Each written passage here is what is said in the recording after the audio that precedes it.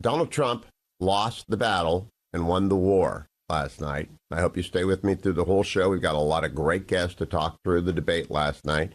He lost his temper and he was angry, so he did not take advantage of the opportunities that were there for him to make Kamala Harris into a piñata like he did with Joe Biden.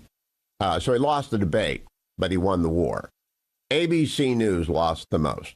They were so biased, perhaps the worst presidential debate in history, about the stupidest issues.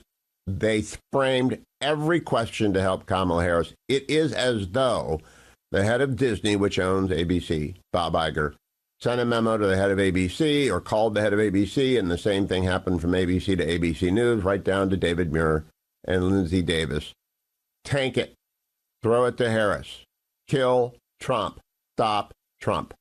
And that's what it was for a solid hour and a half. Now, many of you probably got disgusted and angry and turned it off or had to go to bed because you had to get up early.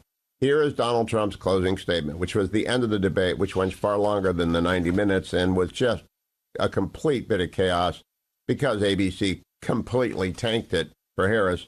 Donald Trump's closing statement is cut number. So she just started by saying she's going to do this, she's going to do that, she's going to do all these wonderful things. Why hasn't she done it? She's been there for 3.5 years. They've had 3.5 years to fix the border.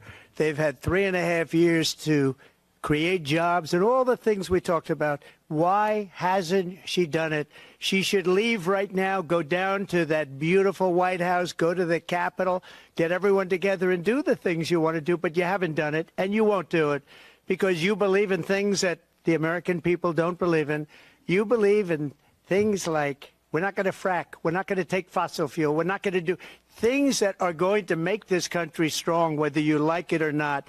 Germany tried that, and within 1 year they were back to building normal energy plants. We're not ready for it. We can't sacrifice our country for the sake of bad vision. But I just ask one simple question.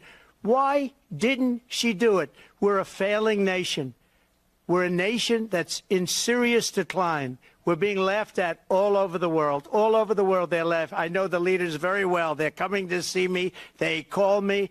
We're laughed at all over the world. They don't understand what happened to us as a nation. We're not a leader. We don't have any idea what's going on. We have wars going on in the Middle East. We have wars going on with Russia and Ukraine. We're going to end up in a third world war, and it'll be a war like no other because of nuclear weapons, the power of weaponry.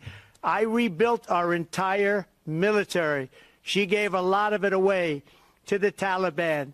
She gave it to Afghanistan. What these people have done to our country, and maybe toughest of all, is allowing millions of people to come into our country. Many of them are criminals, and they're destroying our country. The worst president, the worst vice president in the history of our country. It was a very good closing statement. I don't know how many of you heard it. That's why I'm putting in this and posting it on YouTube.